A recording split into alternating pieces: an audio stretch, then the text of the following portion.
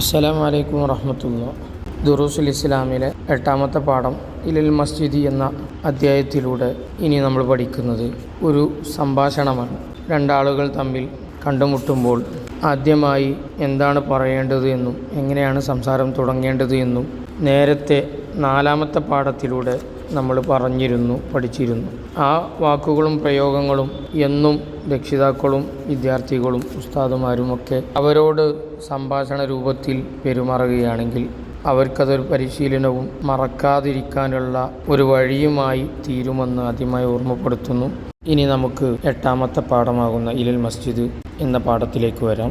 അബ്ദുൽ വാഹിദും അബ്ദുൽ ഹക്കീമും തമ്മിലുള്ള ഒരു സംഭാഷണമാണ് ഇവിടെ നടക്കുന്നത്. ആദ്യം നമുക്ക് സംഭാഷണവും അതിൻ്റെ അർത്ഥവും ഒന്ന് കേൾക്കാം. അദ്ദർസു സാമിനു 8ാമത്തെ പാഠം ഇലൽ മസ്ജിദി പള്ളിയിലേക്ക്. അബ്ദുൽ വാഹിദ് അസ്സലാമു അലൈക്കും. അബ്ദുൽ ഹക്കീം വഅലൈക്കുമുസ്സലാം വറഹ്മത്തുള്ളാഹി വബറകാതുഹു. അബ്ദുൽ വാഹിദ് ഇലാ ഐന അൻത നീ എങ്ങോട്ടാണ്? അബ്ദുൽ ഹക്കീം ഇലൽ മസ്ജിദി പള്ളിയിലേക്ക്. ഇലാ ഐന അൻത നീ എങ്ങോട്ടാണ്? അബ്ദുൽ വാഹിദ് ഇലൽ ബൈത്തി വീട്ടിലേക്ക്. അബ്ദുൽ ഹക്കീം മതാ തസ്ലുൽ മസ്ജിദ നീ എപ്പോൾ പള്ളിയിലെത്തും? അബ്ദുൽ വാഹിദ് ഇൻഷാ അല്ലാഹ് ബഅദ ബുർഹ ഇൻഷാ അല്ലാഹ് അല്പസമയത്തിനു ശേഷം.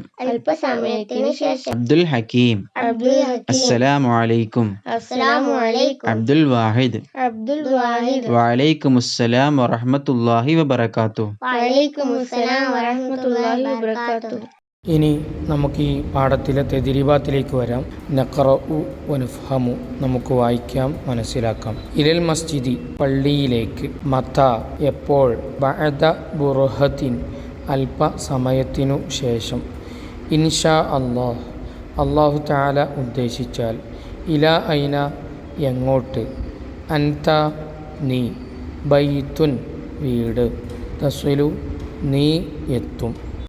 അടുത്തതായി പറയുന്നത് നുക്മിലുൽ ഹിവാർ സംഭാഷണം പൂരിപ്പിക്കുക. ജാഫർ മുഹ്സിന് തമ്മിൽ നടക്കുന്ന സംഭാഷണമാണ്. ജാഫർ ചോദിക്കുന്നു, ഇലാ ഐന അൻത നീ എവിടേക്ക് പോകുന്നു? അപ്പോൾ മുഹ്സിന് ഉത്തരം പറയാണ്. അവന് ഇഷ്ടമുള്ള ഒരു സ്ഥലത്തിൻ്റെ പേര് എഴുതാം.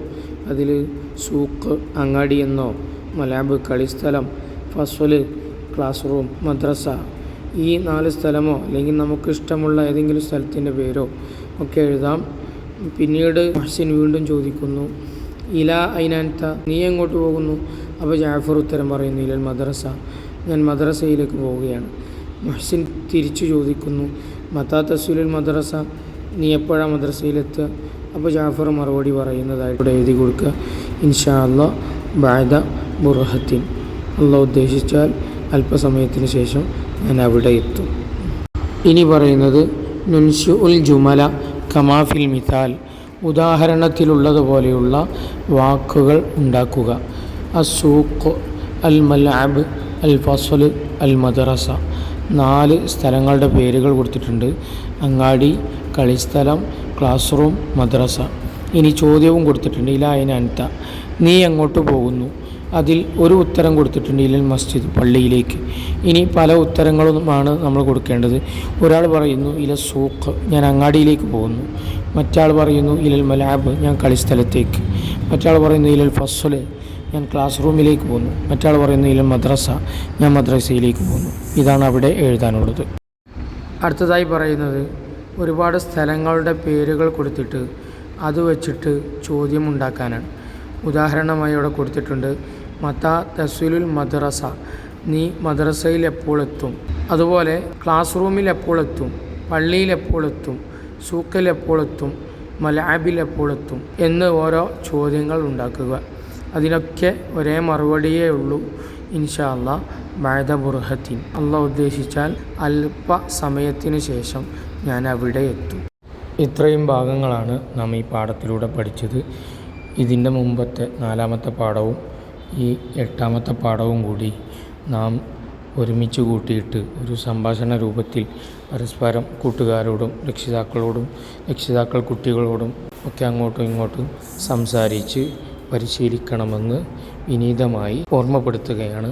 വീഡിയോ ഇഷ്ടപ്പെട്ടാൽ ലൈക്ക്, ഷെയർ, സബ്സ്ക്രൈബ് ചെയ്യണമെന്ന് ഓർമ്മപ്പെടുത്തുന്നു. അസ്സലാമു അലൈക്കും.